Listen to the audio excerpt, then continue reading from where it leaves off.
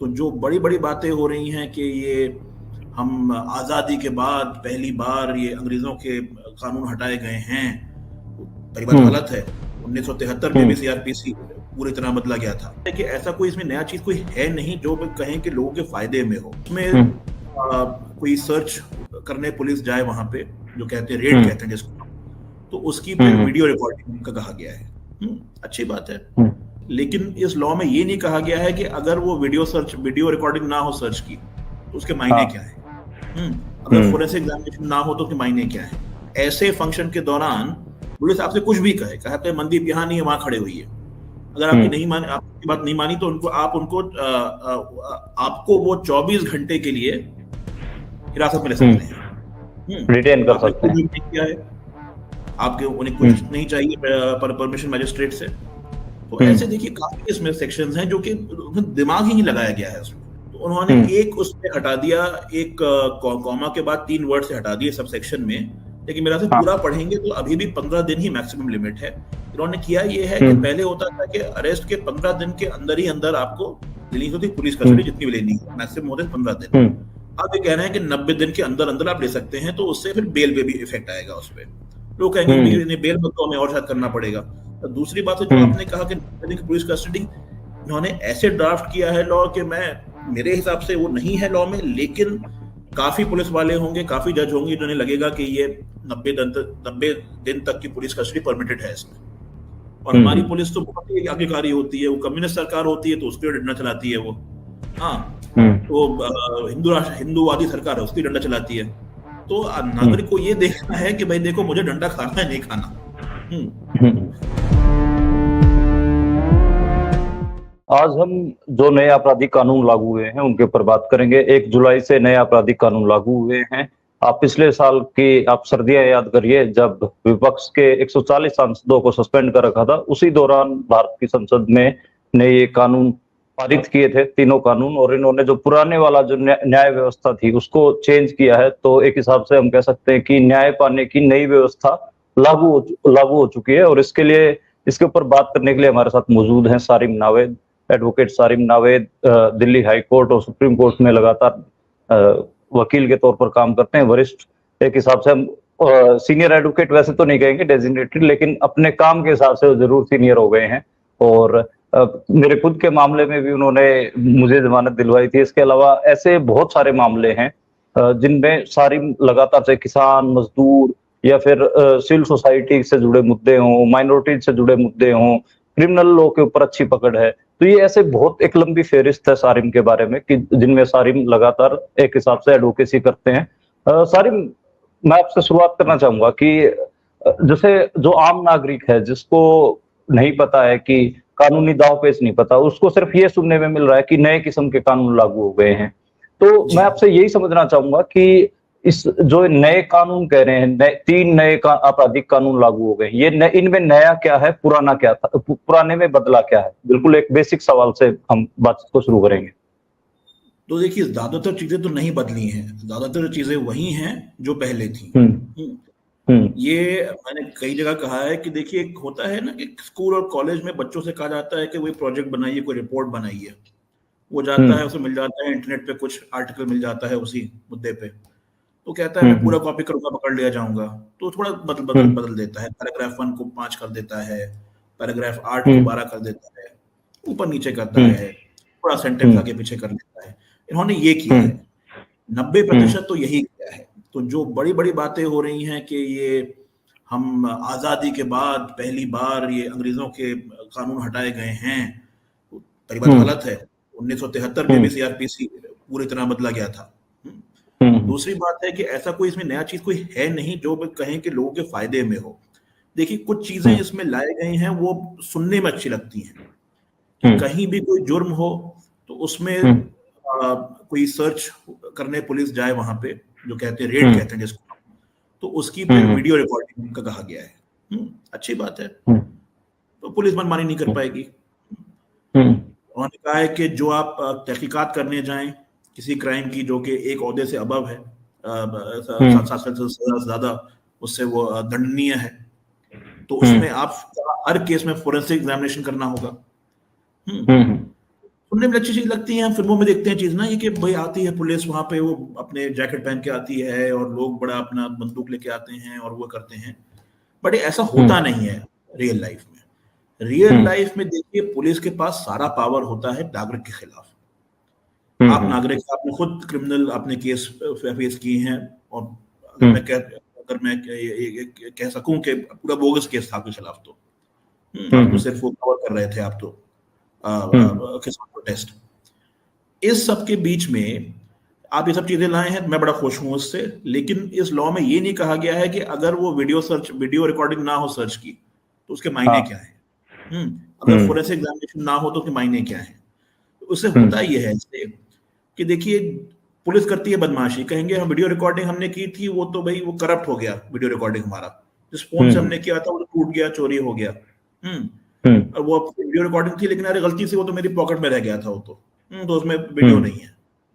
तो इसको इस्तेमाल किया जाएगा पावरफुल को बचाने के लिए, जब उसके खिलाफ केस होगा तो फिर ये सब हथकंडे आएंगे, और गरीब और डिसएडवांटेज जो तबका है उसको अटैक करने के लिए कहा जाएगा कि देखिए हाँ भाई ये तो हम करना चाह रहे थे लेकिन वहां पे तो इतने लोग आ गए कि हम कर नहीं पाए, उसका सर फट गया, उसको गोली लग गई, इसका कोई प्रूफ नहीं है। तो मैं कहना ये चाह रहा हूं कि अगर उन्होंने ये सेक्शन लाए थे, अगर ये भी बताना चाहिए था ना कि अगर ये चीज ना हो तो क्या पुलिस वाले के खिलाफ एक्शन होगा, पुलिस वाले ने अगर इसका उल्लंघन किया है तो क्या एक्शन होगा। इस पे ये पूरी तरह शांत है लॉ। अच्छा, ये तो मैंने दो चीजें बताई, उसके आगे आप जरा जाइए तो आप देखिए कि इसमें कहा गया है कि अगर पुलिस वाला कोई जुर्म कर जाए अपनी जो काम कर रहा है उसके दौरान, तो ये भी सैंक्शन का एक प्रोविजन है कि भाई सरकार से पहले सैंक्शन लेते हैं कि भाई इनको प्रोसिक्यूट कीजिए।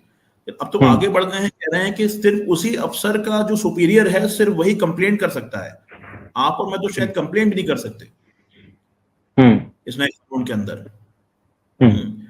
एक और इसमें लाए जी जी जी जी आप प्लीज। हाँ जी, एक और मैं बता दूं जो मुझे काफी डिस्टर्बिंग लगा इसमें, कि देखिए पुलिस एक लॉ एंड ऑर्डर फंक्शन भी करती है। कहते हैं कि भाई देखिए कहीं भीड़ हो रही है, कहीं हो रहा है, कि ट्रैफिक भी करने के लिए, कल जो हाथरस में हादसा हुआ जैसे वो है।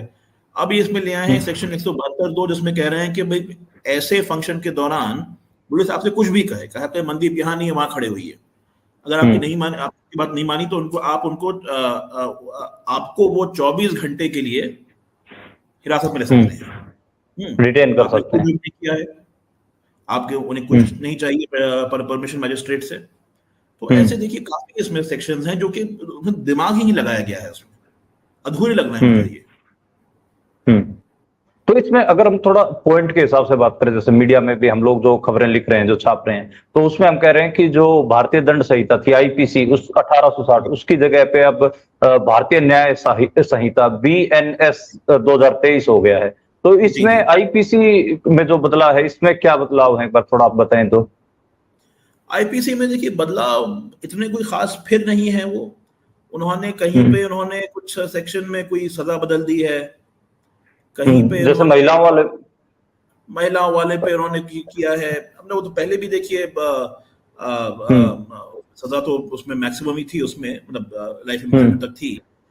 तो उसमें देखिए ज्यादा जो परेशानी की बात है, एक तो है न्याय संहिता की नहीं, वो तो फिर वही नागरिक सुरक्षा संहिता की बात आती है, बेल वगैरह की, उस पर बाद में बात करेंगे।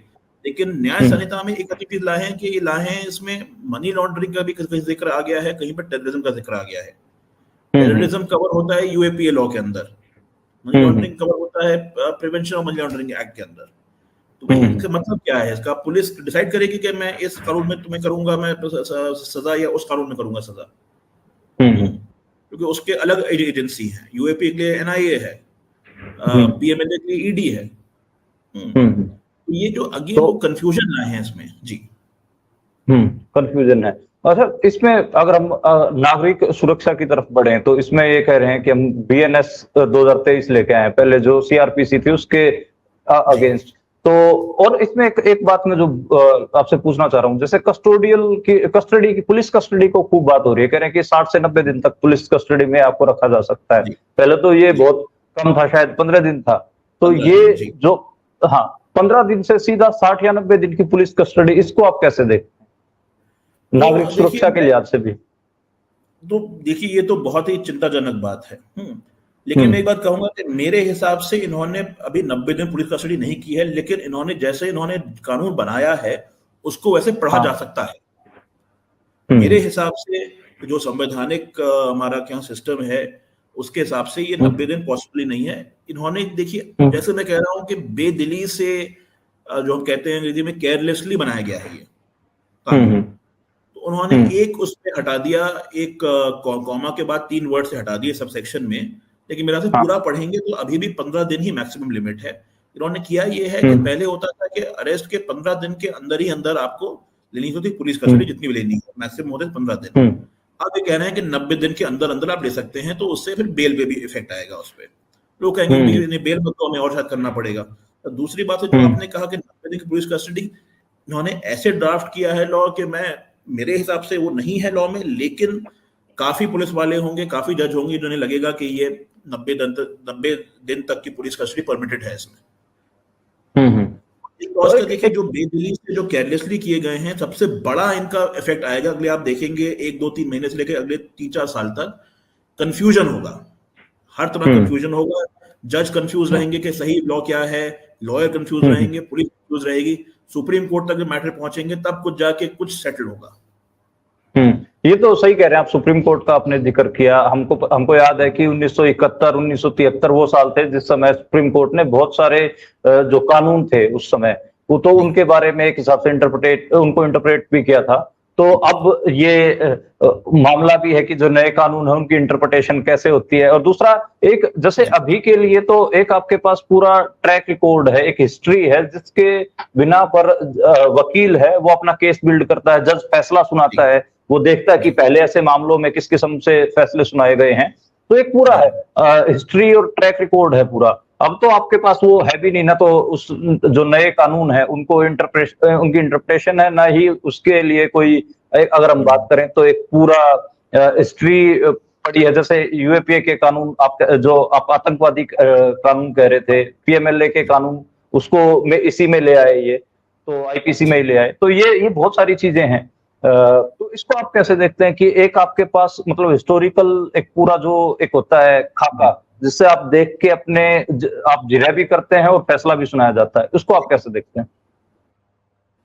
देखिए, मेरे हिसाब से तो ये या तो बिल्कुल ही जैसे मैंने कहा बेदली से बनाया गया लॉ है, या फिर बहुत ही सोच समझ के बनाया गया लॉ है ये।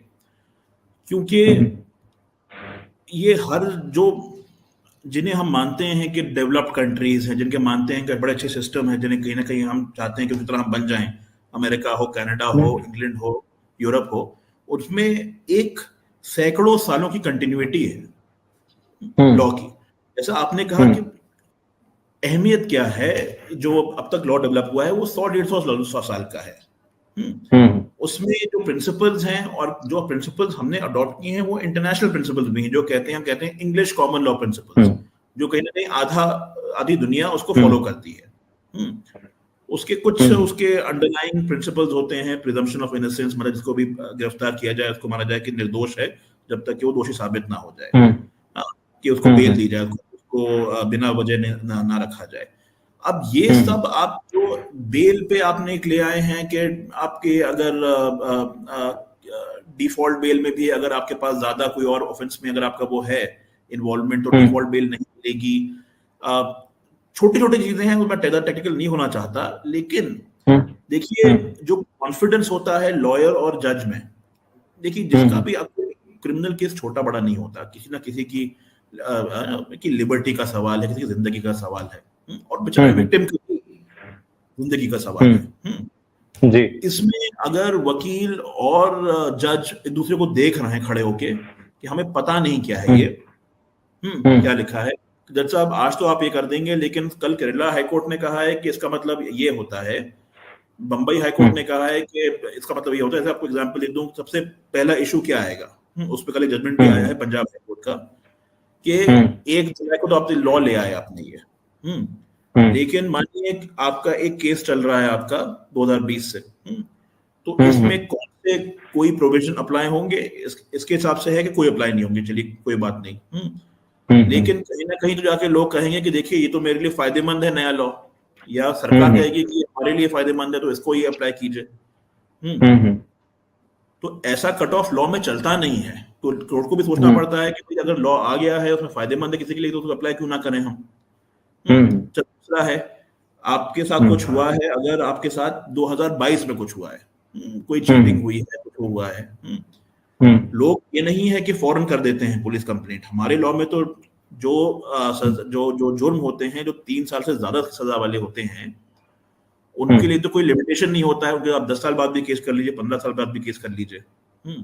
तो उसका 2022 का देखिए होता है ना, जैसे बिल्डर ने आपका पैसा मार लिया, आप तब नहीं करेंगे, आपको लगेगा कि बिल्कुल मुझे ठग दिया ऐसे मुझे, तो 2024 में केस करेंगे, उसके बाद जुलाई के बाद तो किस में केस चलेगा, वो सीआरपीसी में चलेगा, वो आईपीसी में चलेगा, या भारतीय न्याय संहिता में चलेगा केस। ये तो सबसे बड़ा कंफ्यूजन आने वाला है अभी। किस स्टेज पे बीएनएस टेक ओवर कर लेगा, बीएनएसएस टेक ओवर कर लेगा, किस स्टेज पे आईपीसी सीआरपीसी चलेगा, ये तो बहुत बड़ा झगड़ा होने वाला है। और एक बार शुरू हो गया फिर तो उसका देखिए word by word, sentence by sentence लड़ा जाएगा उस पे। तो आप मान रहे हैं कि अदालतों में केओस खड़ा होने वाला है? केओस खड़ा होने वाला है। अभी केओस, अब ये अनइंटेंशनल है, इंटेंशनल है, उस पे आप खुद सोचिए। अच्छा, खड़ा होने आपको लगता है कि लेकिन खड़ा होने वाला है 100%। कोई वकील, कोई जज, कोई पुलिस वाले से बात की है मैंने, कोई तैयार नहीं पूरी चीज के लिए। हम सब ने लॉ पढ़ा है नया, लेकिन देखिए ये पहला लॉ जो था वो हमने 5 साल हमने लॉ स्कूल में पढ़ा, हमने फिर हमने 15 साल प्रैक्टिस करी है। अगर हमने इतनी प्रैक्टिस भी नहीं करी है तो कम से कम जिनके अंडर हमने प्रैक्टिस करती है, जो सीनियर्स हैं, उनसे पता कर सकते हैं, पूछ सकते हैं। बुक्स हैं, कमेंट्रीज हैं, जजमेंट्स हैं। 2022 का जजमेंट जो होगा वो पूरी हिस्ट्री बता देगा आपको 1905 से कि इसमें लॉ कैसे डेवलप हुआ, पहले ये सोचा कोर्ट ने, फिर ये सोचा, फिर नया सेक्शन कभी अगर आया या फिर नया इंटरप्रिटेशन आया, नई टेक्नोलॉजी आई, तो ये है पूरा। हमको श्योरिटी रहती है हमको कि लॉ क्या है। ये इन्होंने कर दिया है कि हमने कुछ हमने डाल दिया, आप देखो, बात करो, देखते हैं। सारी इसको लेकर ना पुलिस के जो डीजीपीज हैं वो हर एक स्टेट के इंटरव्यू दे रहे हैं। वो कह रहे हैं कि देखो ये तो बहुत अच्छी चीजें हो रही हैं, 45 दिन में ही फैसला सुनाना होगा, तो कितना फास्ट हो गया है आज के समय में इंडिया में न्याय पाना। और ऐसे कहा जा रहा है कि डिजिटलाइजेशन हो रहा है बहुत सारा, उसमें डिजिटल EFIR की बात हो रही है। तो इस किस्म की जो फैंसी चीजें वो गिनवाई जा रही हैं। 45 दिन में फैसला सुनाया जाना, इसको आप कैसे देखते हैं? और ये जो डिजिटलाइजेशन, EFIR और ये सब बात हो रही है कि पुलिस एकदम टेक्नोलॉजी से लैस हो जाएगी, इसको आप कैसे देखते हैं? EFIR बड़ा अच्छा आइडिया है, लेकिन EFIR के बाद करेंगे क्या? आप जाके इन्वेस्टिगेशन करेंगे? अभी भी क्या प्रॉब्लम है? एफआईआर में आपको एक खत भेजना था आपको बस करने के लिए, कितनी एफआईआर लॉन्च करते हैं लोग? ये एफआईआर आपको करा देंगे, उसको भी डिसाइड करना है कि वजह एफआईआर बनेगी नहीं बनेगी, या फिर वो कहेगा कि ये नॉन कॉन्फिडेंशियल रिपोर्ट है। वो जो कह रहे हैं कि डिजिटाइज कर दिया, बड़ी अच्छी बात है, लेकिन आप कैसे इंश्योर करेंगे कि इंटेग्रिटी वो है कि जो विटनेस, अगर आप इस पे कर रहे हैं, वीडियो पे कर रहे हैं, पूरा एक प्रोसीजर है दिल्ली में, तो कि भाई उसमें आप अगर दूसरी जगह पे होगा उसे कहेंगे रिमोट पॉइंट, वहां पे रिमोट पॉइंट कोऑर्डिनेटर होगा जो कि इंडिपेंडेंट आदमी होगा, वो सर्टिफाई करेगा। और ये पूरी कॉम्प्लिकेटेड प्रोसीजर होते हैं कि मानिए आप मुझे कर रहे हैं विटनेस, हाँ, कह रहे हैं तुम वीसी पे आ जाओ, तुम्हें जरूरत नहीं आने की, अभी आ जाओ, ठीक है, अच्छी बात है। यहाँ पे कोई बैठा भी कर रहा है सामने, कैसे पता चलेगा आपको? मैं ही हूँ लोग वो भी तो करेंगे। बिल्कुल। बड़ा अच्छा उन्होंने किया है कि भाई समन करने हैं, कल उन्होंने समन करना है मनदीप पूनिया को, हाँ, ये दिखाना है सिर्फ कि हमने डिजिटल उन्हें कर दिया। अब आपका कोई ऐसे कोई आपका कोई वो है ईमेल एड्रेस और वो सरकारी वो जिसमें आपको रोज चेक करना है, आप कहेंगे आपको पहुंच ही गया। आपका मैं बता दूं, मैं मनदीप पूनिया 2384@yahoo.com दिखा दूंगा आपके साथ समन सर्व हो गया, आए नहीं है तो ये आपके खिलाफ फिर आपके एब्सेंस में केस चलेगा। देखिए डीजीपी वगैरह जो होते हैं, पहली बात है कि डीजीपी वगैरह होते हैं एडमिनिस्ट्रेटर होते हैं, वो इन्वेस्टिगेटर तो होते नहीं है। आईपीएस ऑफिसर जो होते हैं वो इन्वेस्टिगेशन करते नहीं है, वो तो एडमिनिस्ट्रेटर्स होते हैं, उनको पता भी नहीं होता उनको तो इन्वेस्टिगेशन के बारे में और क्या क्या होता है। दूसरी बात है कि उनको तो और पावर दे दिए हैं डंडा चलाने के, और पावर दे दिए हैं लोगों को चुप कराने के, ये तो खुश रहेंगे ही। लेकिन नागरिक के तौर से, जी सॉरी, हाँ सॉरी अब आप प्लीज। हाँ, नहीं, मैं कह रहा तो हूँ एक नागरिक तौर से नागरिक हम ये सोचे कि आप क्यों जाना चाहते हैं अमेरिका, कनाडा, इंग्लैंड, हमारे देश में क्यों लंबी लाइन लगती हैं इन एम्बेसीज के बाहर, लोग जाते हैं इलीगली, बिकॉज वहां पे रूल ऑफ लॉ है। आपको पता है मैं वहां पहुंच जाऊंगा, अगर मैं इलीगली भी पहुंचा तो भी एक कानूनी प्रतिक्रिया होगी, मुझे इज्जत से और सही तरीके से मुझसे डील किया जाएगा। जो आप वहां चाहते हैं यहाँ क्यों नहीं चाहते, यहाँ पे अपना बर्बाद कर रहे हैं कानूनी प्रतिक्रिया। तो आपको लगता है कि सारे ये जो नए कानून आए इससे कहीं ना कहीं पुलिस स्टेट पुलिस जैसा कुछ क्रिएट हो जाएगा, कि पुलिस एक मोर पावरफुल तरीके से एक हिसाब से नागरिकों के ऊपर असर्ट करेगी अपनी पावर्स को? बिल्कुल करेगी। देखिए वो करती आप ही रही है। हमारा एक बहुत बड़ा हमारी कमी रही है यहाँ पे, जो हम डील करते हैं पुलिस अकाउंटेबिलिटी से, कि हमेशा हम डील करते हैं police accountability at the top से, कि डीजीपी का अपॉइंटमेंट कैसे होगा, उसका टेन्योर कितना होगा, कहाँ से आएगा। एक आम आदमी पुलिस में किससे उसका वो सरोकार होता है, हेड कांस्टेबल से होगा, कांस्टेबल से होगा, सब इंस्पेक्टर, इंस्पेक्टर बड़ा आदमी होता है, स्टेशन हाउस ऑफिसर जो होता है कोई बड़ा आदमी होता है, वो तो मर्डर वर्डर केस में आता है, वरना इतना दिखता भी नहीं, मिलता भी नहीं है वो तो। अब हम जो पुलिस हमारी सिस्टम रहा है वो हमारा रहा है, ब्रिटिश राज से कंटिन्यू करा है, उसमें कोई दो राय नहीं है। ओके, रिफॉर्म भी करना है, इसमें दो राय नहीं है। पुलिस स्टेट तो कहीं ना कहीं थे ही हम, पुलिस करके कुछ भी कर जाए, नागरिक के राइट्स कुछ नहीं, पुलिस की अकाउंटेबिलिटी कुछ नहीं। अब जो ये ले आए हैं ये तो उन्होंने उसको और फर्म अप कर दिया है, मतलब जो 50-50 जो कहा होता है उन्होंने 70-30 कर दिया है इन्होंने। ये पुलिस को चाहे करे, जिसको चाहे उठा ले जाके, जितनी पुलिस कस्टडी में रखना है रख ले, पुलिस कस्टडी तोड़ दे, डिफरेंट पार्टी कहने के हमें इसमें बेल में अपोज करेंगे इसको हम। इसमें एक बड़ा ही अजीब सा हुआ, थोड़ा टेक्निकल है, मैं समझाना चाहूंगा मैं, एविडेंस एक्ट में बहुत ही कम चेंज है, दो ही तीन है। एक लाए हैं, एक होता है सेकेंडरी एविडेंस, एक होता है प्राइमरी एविडेंस। प्राइमरी एविडेंस होता है जो मैंने देखा है, जो मैंने सुना है, मैं उसके बारे में बात कर रहा हूँ, या फिर कोई दस्तावेज है, वो दस्तावेज मैं खुद कोर्ट में जाकर देता हूँ, देखिए ये दस्तावेज है, ओरिजिनल में है, मैं दे रहा हूँ कोर्ट में। दूसरा होता है सेकेंडरी एविडेंस, कि भाई मैं अगर नहीं आ पाऊँ या मेरे डॉक्यूमेंट नहीं है, या तो कुछ कंडीशन होती है, उसके बाद उनका फोटोकॉपी या उसकी कॉपी दे दीजिए, आप रिकॉर्डिंग दे दीजिए, किसी और का वो बयान दे दीजिए, कुछ बहुत ही कम उसमें होता है ये। तो उसमें ये ले आए हैं सेकेंडरी एविडेंस में, कि अगर कोई डॉक्यूमेंट है जिसे प्रोसिक्यूशन या कोर्ट की ओपिनियन में कि उसको बहुत बड़ा डॉक्यूमेंट है, उसके बहुत सारे उसके एनेक्शर्स हैं, बहुत उसकी बड़ी हिस्ट्री है, तो आप सिर्फ वो डॉक्यूमेंट ले आइए और ऐसे कोई एक्सपर्ट ले आइए जो डॉक्यूमेंट पढ़ के बता दे कि उन सब चीजों में क्या था। आप समझ रहे, शॉर्ट सर्किट कर दिया उन्होंने, गवाही सारी उन्होंने। किसी ले आएंगे, अफसर को ले आएंगे, पुलिस अफसर को, ये हाँ भाई पुरानी चार्जशीट है किसी के खिलाफ, उसका मतलब ये होता है सर। और उसमें क्या चेहरे करेंगे आप, क्या फैक्ट्स निकालेंगे? उसने अगर आके झूठ बोल दिया, उसने आके, आप क्या करेंगे? तो देखिए सिस्टम हमारा सिंपल था कि जो गवाही है, जिसने जो देखा है, जिसको जानता है, वो आके उसमें आए, गवाही करे और अपना सवाल जरे हो, और उसके बाद फैसला हो जाए।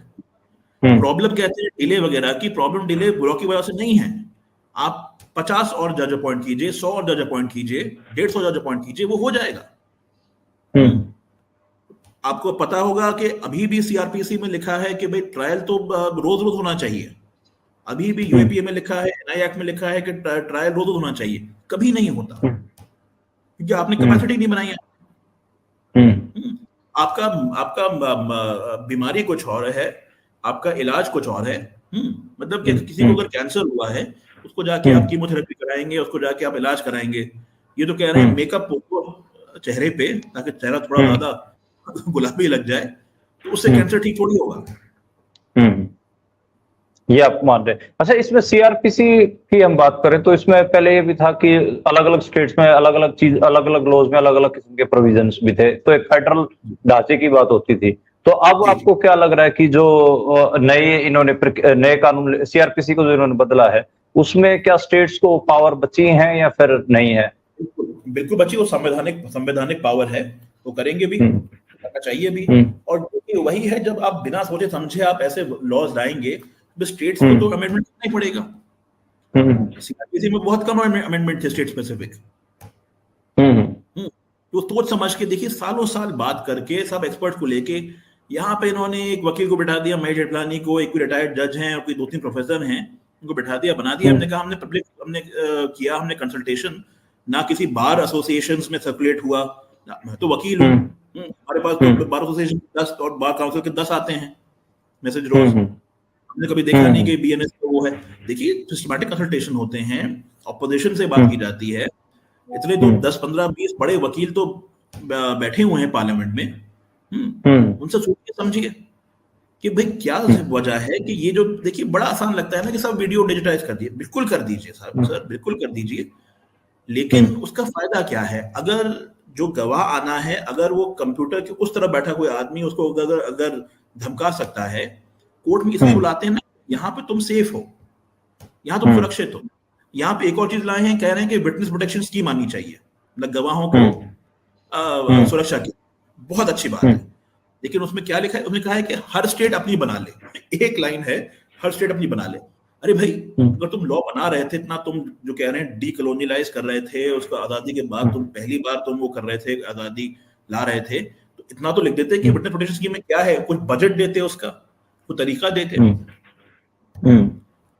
अगर इतना आपको डीकोलोनियलाइज करना था तो आप इतना कहते ना कि देखिए सिक्योरिटी इंपॉर्टेंट है, पब्लिक ऑर्डर इंपॉर्टेंट है, बिल्कुल मानता हूं मैं। पुलिस के पास पावर होनी चाहिए, सर्च सीजर बिल्कुल मानता हूँ, किसी को दिक्कत नहीं है। हाँ, मुझे अरेस्ट करे, मैंने कुछ गलत किया है, मैंने कुछ, लेकिन अगर गलत किया है पुलिस ने तो उसके ऊपर भी कुछ अकाउंटेबिलिटी होनी चाहिए। थोड़ा इन्होंने उसमें कुछ मोदी करने की कोशिश की है कि अगर किसी पुलिस वाले ने कुछ अगर गलत बना दिया है डॉक्यूमेंट, हाँ, तो उसको हम वो करेंगे, प्रोसिक्यूट करेंगे, लेकिन उसका प्रोसीजर फिर वही आपने रखा है कि पहले सैंक्शन लीजिए जाके, फिर सुपीरियर की परमिशन लीजिए। पुलिस वाले को आप एक्स्ट्रा औहदा क्यों दे रहे हैं आप ये? आज 70-75 साल की इस देश की हिस्ट्री में, मैं माफी चाहता हूं पुलिस वालों से, लेकिन ऐसा तो कोई एक्सपीरियंस नहीं लगा किसी को यहाँ पे कि भाई पुलिस जो है वो ऐसी संस्था है कि उसके बारे में तो हम कुछ नहीं कह सकते कि वो तो जो करता है सही करता है। तो अगर आपको रिफॉर्म करना ही था लॉ, तो उस तरफ रिफॉर्म करते। देखिए हमारे पास, हमारे मुल्क में laws have always been the best, सबसे अच्छे हमारे कानून होते हैं। फिरंगी आते हैं, हमारे कानून तुम्हारे इतने अच्छे हैं तुम्हारे, हमारे यहाँ, लेकिन वो लागू नहीं होते। लागू कराओ, पुलिस पे भी अकाउंटेबिलिटी करो। मैंने गलत किया है तो मुझे भी सजा दो, पुलिस वाले ने गलत किया उसको भी सजा दो। ये होता है रूल ऑफ लॉ। तो सारी एक, मैं अगर आखिरी सवाल पूछूं तो बहुत सारे जो सिविल सोसाइटी मेंबर्स हैं और बहुत सारे अपोजिशन पार्टियां हैं, वो सब इसको लेकर क्रिटिकल हैं। इवन बहुत अलग अलग किस्म के कमेंट आ रहे हैं। कोई लोग बोल रहे हैं कि ये तो कॉन्स्टिट्यूशन का ही मजाक है, और सिविल सोसाइटी मेंबर्स की बात करें, तिस्ता सीतलवाड़ का कमेंट आया कि उन्होंने कहा ये तो हिंदू राष्ट्र की तरफ एक बढ़ता हुआ कदम है। कोई कह रहा है कि ये तो बिल्कुल पुलिस स्टेट बनाने जैसी बात है। तो इन सारे कमेंट्स को अगर आपको समराइज करना हो, आप क्या तिस्ता सीतलवाड़ की बात से सहमत हैं? क्या पुलिस स्टेट बनने की तरफ क्या हम आगे बढ़ रहे हैं? क्या हिंदू राष्ट्र की तरफ बढ़ने का एक ये जो कानून आए हैं ये कोई इशारा कर रहे हैं? तो इनके ऊपर अगर आपको कमेंट करना हो। देखिए हिंदू राष्ट्र तो एक पॉलिटिकल इशू है। आई मीन ये कानून तो उसकी तरफ ले जा रहा नहीं ले जा रहा, वो तो देखिए, वो तो आप 10 साल बाद पॉलिटिकल साइंटिस्ट बताएंगे वो तो। तो आप कह रहे हैं पुलिस स्टेट की तरफ, ये उसकी तरफ 2 कदम और हैं, ये डेफिनेटली 2 कदम और हैं। अकाउंटेबिलिटी बढ़ाई नहीं गई है इसमें, और उनके पावर बढ़ा दिए गए हैं उनके। और हिंदू राष्ट्र की वजह से मैंने कहा कि उसको जो देखिए सरकार पावर में रहेगी तो ये तो आपने पावर दे दी ना पुलिस को आपने अब। और हमारी पुलिस तो बहुत ही आज्ञाकारी होती है, वो कम्युनिस्ट सरकार होती है तो उसके डंडा चलाती है वो। हाँ, तो हिंदूवादी सरकार है उसकी डंडा चलाती है। तो नागरिक को ये देखना है कि भाई देखो मुझे डंडा खाना है नहीं खाना। अगर सारिम कोई और कमेंट इसके ऊपर, क्योंकि मैं मान लो कोई पॉइंट मेरे से छूट रहा हो, मेरा बैकग्राउंड लॉ का नहीं रहा है, तो इन जो 3 नए आपराधिक कानून आए हैं इसमें हमारी बातचीत में कोई चीज छूट रही हो फिर हम इसको बाइंड अप करते हैं। तो कोई और ऐसा पॉइंट आपको लगता है कि इस पे बात बिल्कुल नहीं हो रही, ये इस पॉइंट पे बात होनी चाहिए? जी नहीं, देखिए मैं इसमें ये मैं जरूर बता दूं मैं इसमें कि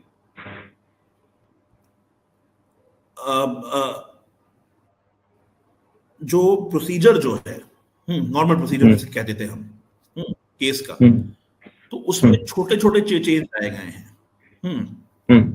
अब ये उन्होंने कर ये दिया है कि देखिए पहले माना जाता था कि देखिए आप अक्यूज्ड अगर हैं तो आपके पास पावर नहीं होता ना, आपके पास होता है एक वकील होता है जो कि कोर्ट में जाके कुछ कर सकता है।